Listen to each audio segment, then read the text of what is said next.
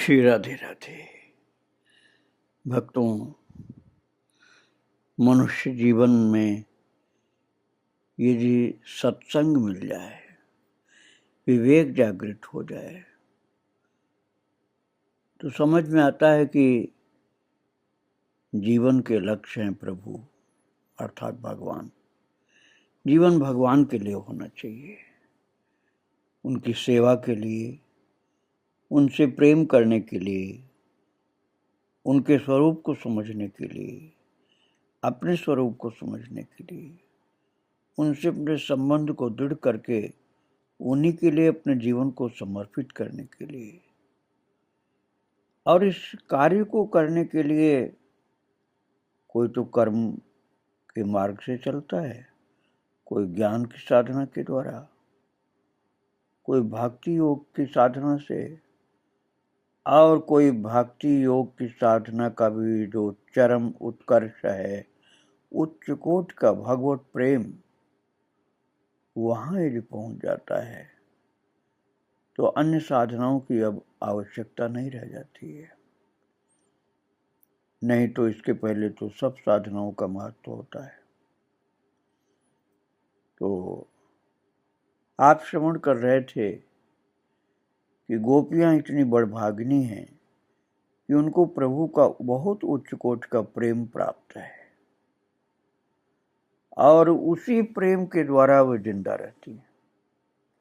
प्रभु के वियोग में भी कन्हैया के लिए जीवित हैं कि कन्हैया लौट के आएगा।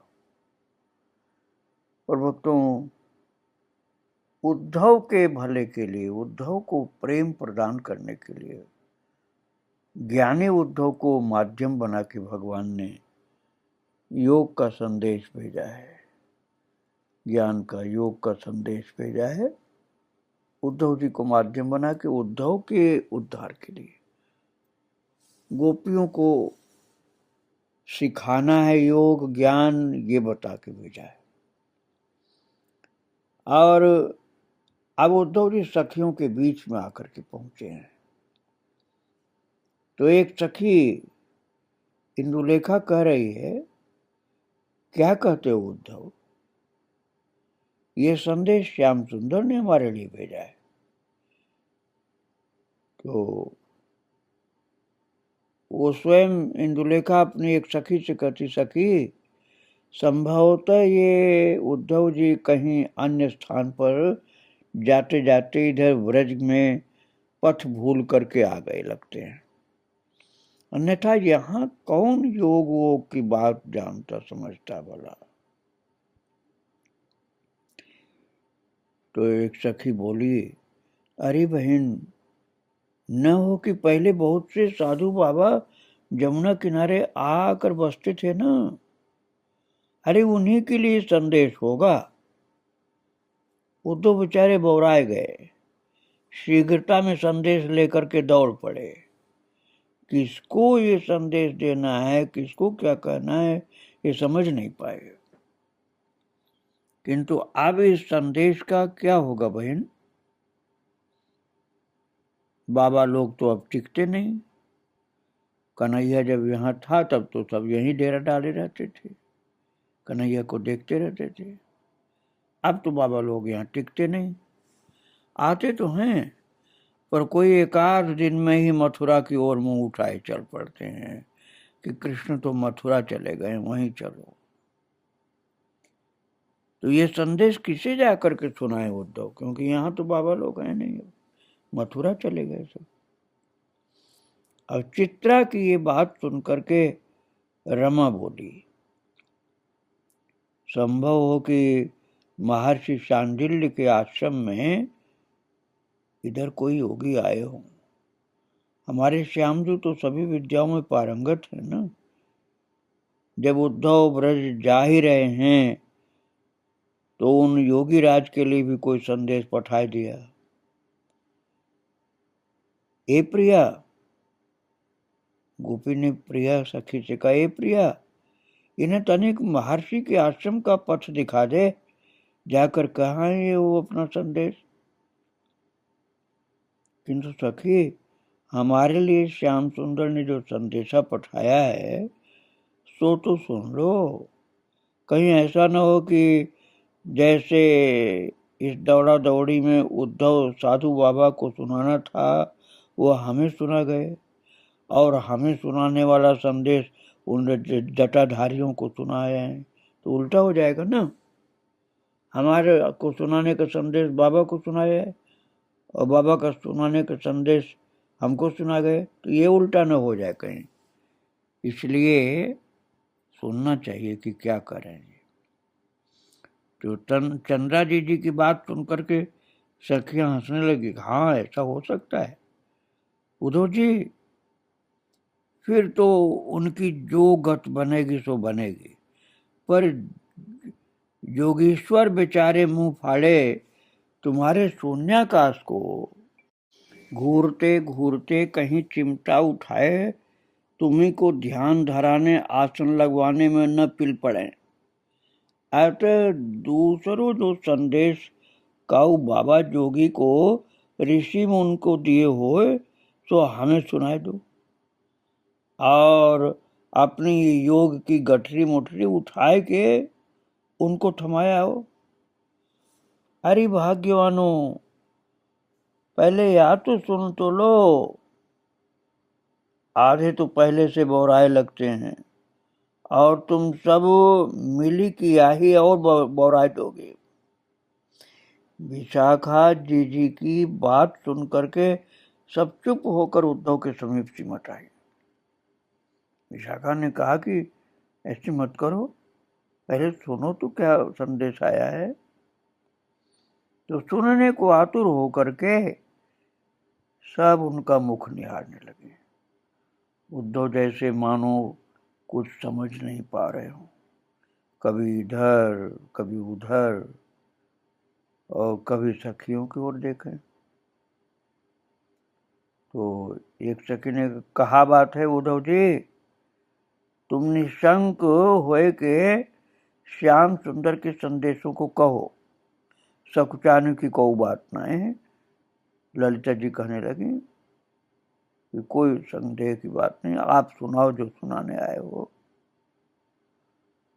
तो उद्धव जी बोले, मैं ये संदेश किसी ऋषि मुनि के लिए नहीं, तुम ही सब के लिए लाया हूं। हाँ भक्तों, तो उद्धव जी महाराज अब संदेश सुनाना शुरू कर रहे हैं और करें ये समस्त चराचर जगत निराकार चेतन तत्व से व्याप्त है।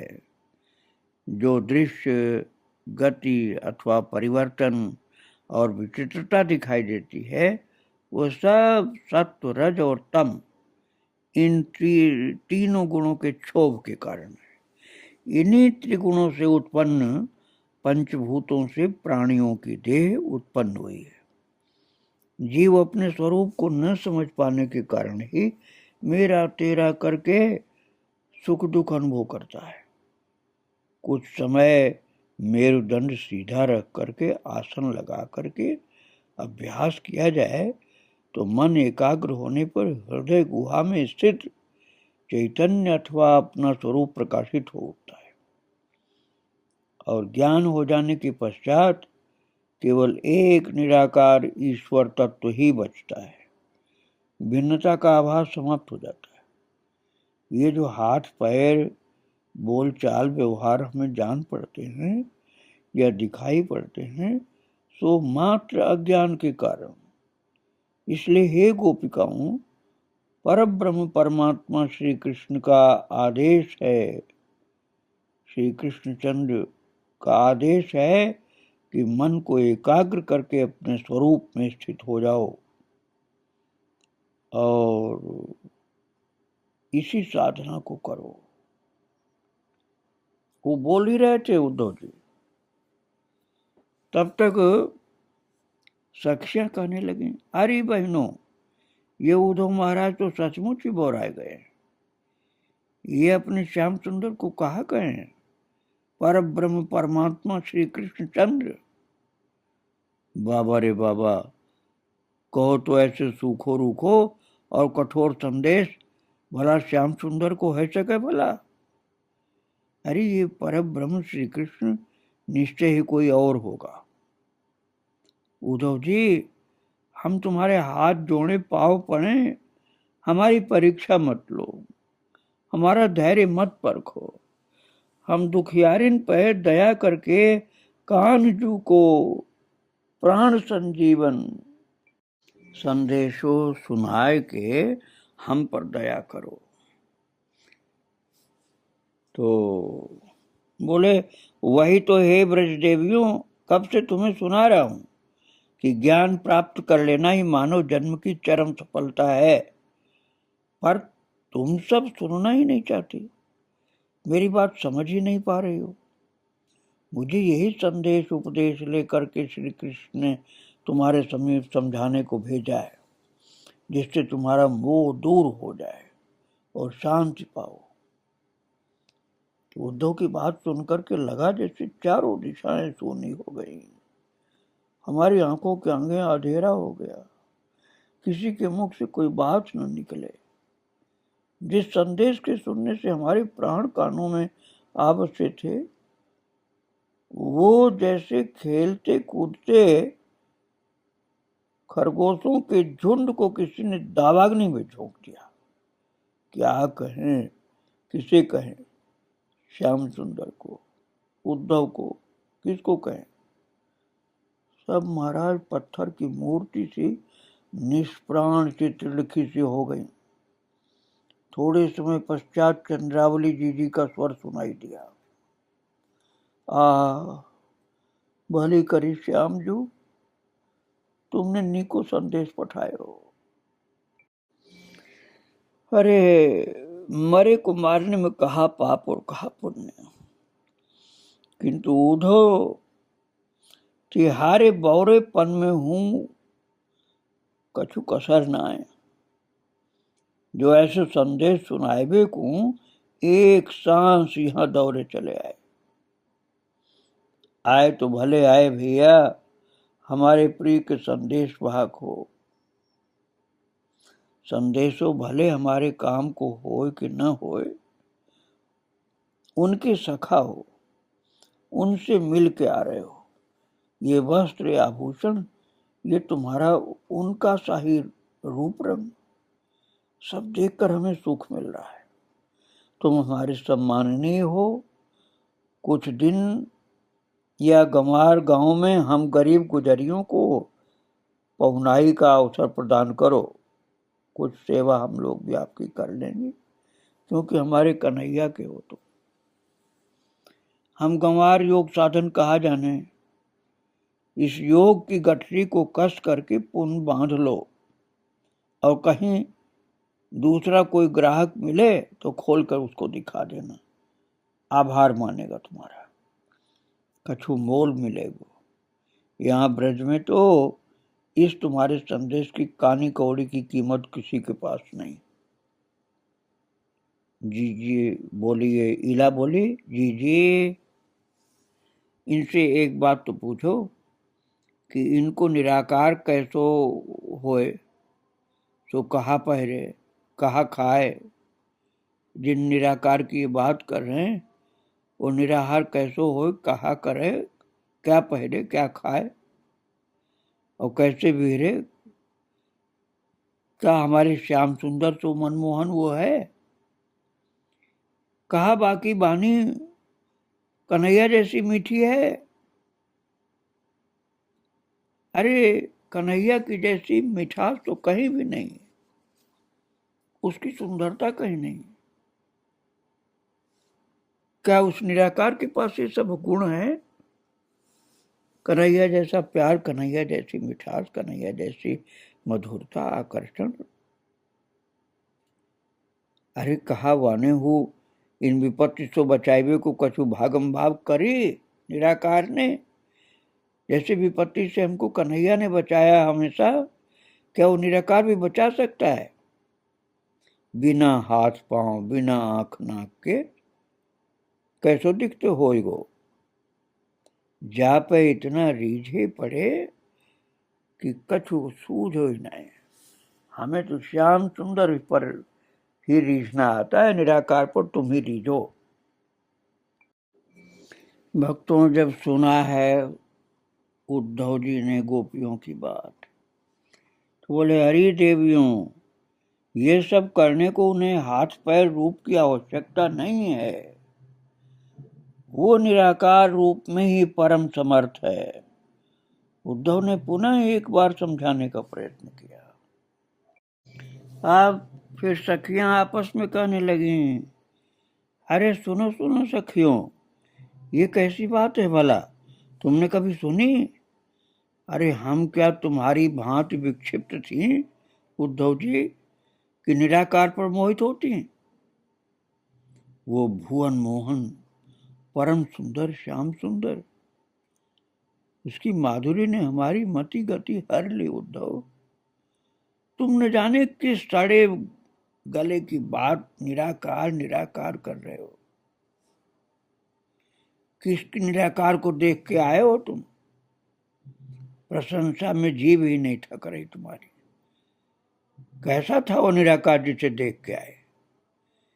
एक बार देखा होता हमारे ब्रजवल्लभ को, हमारे प्राणाधार को, सुनी होती एक बार उनकी बांसुरी को, वो त्रिभुवन मोहिनी तान ये तुम देखी होती, तुमने वो छटा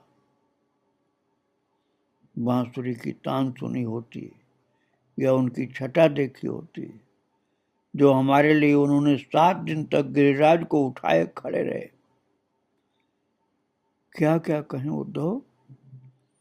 सवेरे शाम वो गायों का दोहना, सिर पर नोना लपेटे उनका वो गोपाल रूप, बछड़ों गायों के गलों में बाहें डालकर उन्हें दुलारना, बातें करना, उनकी वो हंसी, सच कहती हूँ उद्धव, उनकी वो मधुर मुस्कान, वो हंसी, उसने हमें कहीं की नहीं रखा। हम कब अपना और पराया भूल कर उनका चिंतन करने लगे, हमें स्वयं स्मरण नहीं है। अब तुम न जाने किस निर्गुण की बात करते हो। भला इन इतने गुणों के बिना कौन हमको अच्छा लगेगा?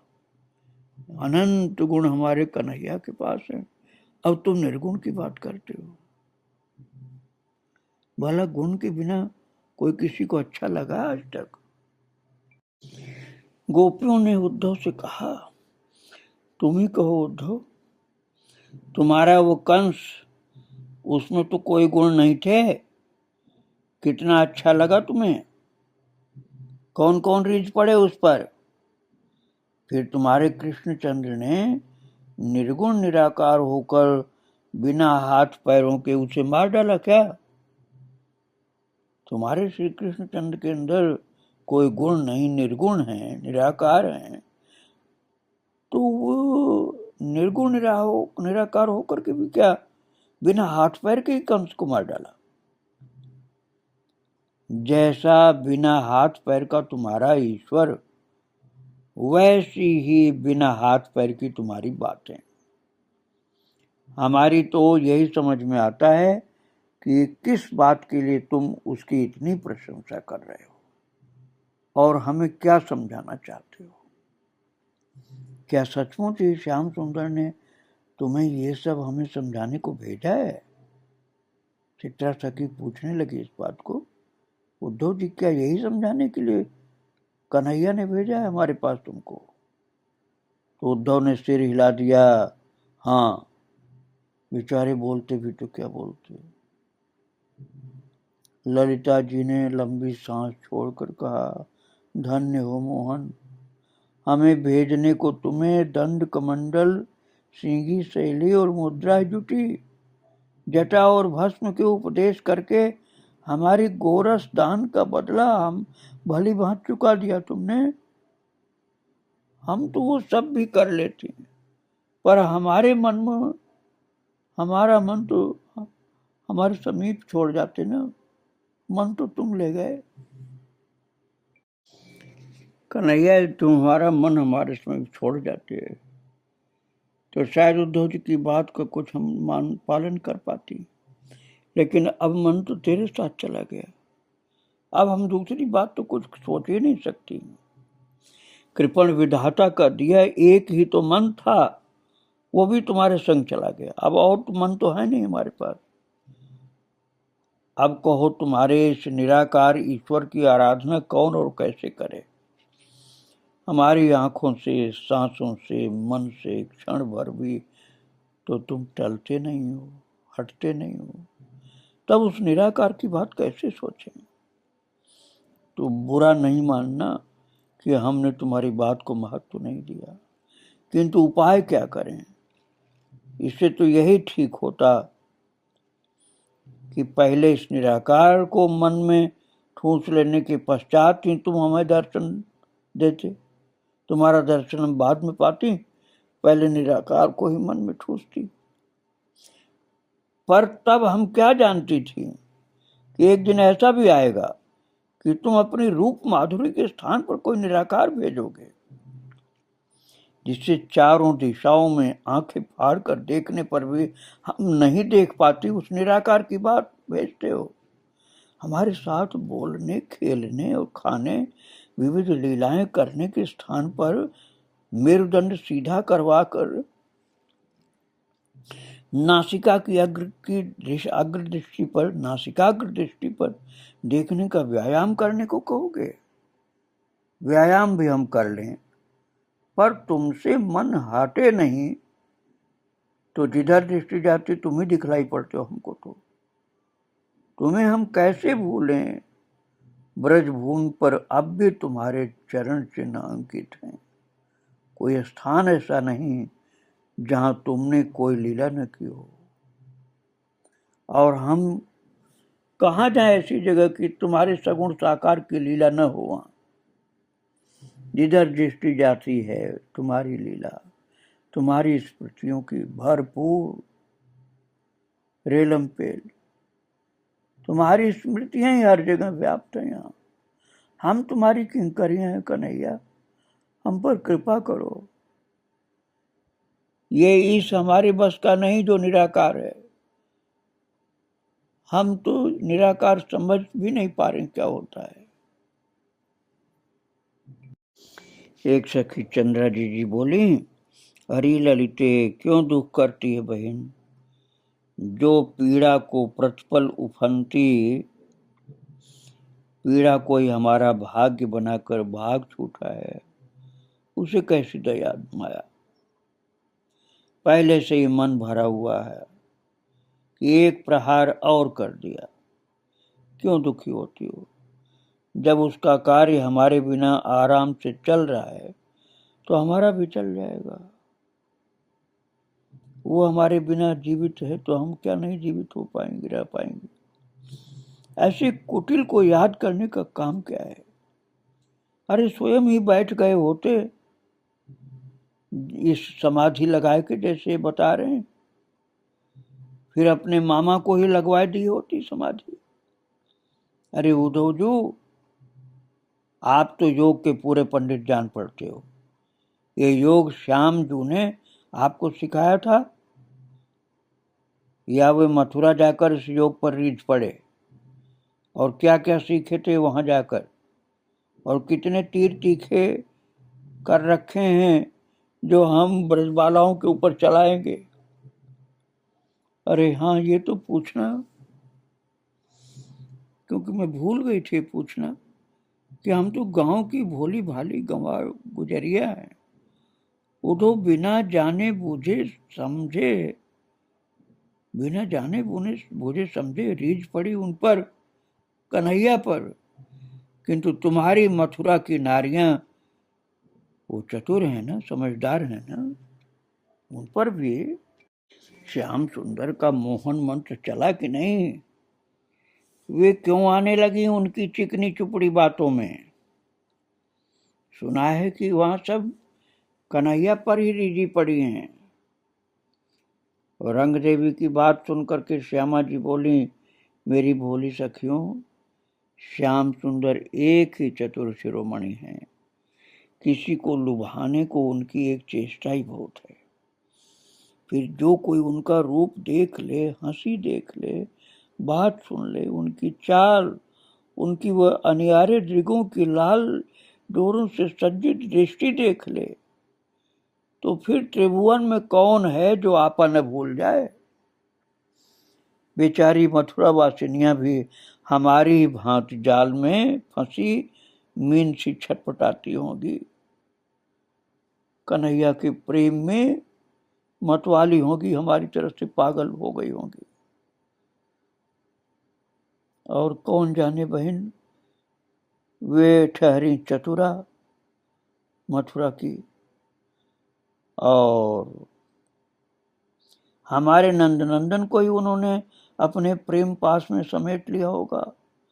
लाख छूटने का उपाय करने पर भी छूट न पाते होंगे, तो निराश होकर के हमसे पीछा छुड़ाने कोई जोग की गठरिया उद्धव जी के माथे धर करके पठाई दी कि अब आशा छोड़कर सब की सब भस्म जटा वलकल धारण करके अलग जगाओ। उद्धव जो तुम्हारी वह मथुरा में सब कारे ही कारे बसे हैं क्या? एक तुम्हारी वो आयो श्री कृष्णचंद्र कारण को सरताज, हमने वापर सर्वस्व न्यौछावर कर दियो। खा पी कर के कोटिक ऊधम मचा, बलवान बन के नंद नंदन ते वासुदेव देवकी नंदन बनकर हमारो सब समेट करके चल तो भयो। एक वो अक्रूर आयो, जाने कौन ने वाको नाव अक्रूर धरे हो, मीठो मीठो बोल करके हंस हंस कर हमारी आंखें निकाल करके ले गए। और एक तुम पधारे, वाई कार्य के परम सखा, स्वयं हुकारे उपदेश की खेप भर के हमारे हितु बन के अपनो वाणी फैलाए कहे प्रेम त्याग के बैरागन हो जाओ। और वाह महाराज, इला ने जो अपने दोनों हाथों को कोहनियों तक जोड़ लिया। उद्धव के सम्मुख इला सखी ने दोनों हाथों को कोहनी तक जोड़ करके कहा, वाह महाराज, हम बाज आए, अपना व्यापार समेटो।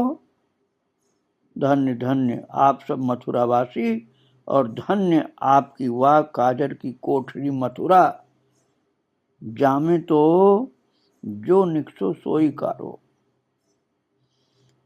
इसलिए आप जाओ, हम जैसे हैं वैसे हमको छोड़ दो। तुम्हारे निराकार को हम नहीं जानती, न हम कुछ करेंगे उसके लिए, हमको तुम्हारे कन्हैया के लिए जीने मरने दो। उद्धव जी का स्वागत सत्कार प्रणाम तो किया, लेकिन उनकी एक बात को भी धारण नहीं किया। उद्धव जी ही उनके प्रेम को देखकर चकित होकर उनको प्रणाम करने लगे। भक्तों, इसी प्यारी छवि को, जो गोपियों के प्रेम भरे हृदय की छवि है, और अपने हृदय में रखें, और फिर आगे चर्चा की जाएगी। आज ही विराम दिया जा रहा है। श्री राधे राधे, जय जय श्री राधे श्याम।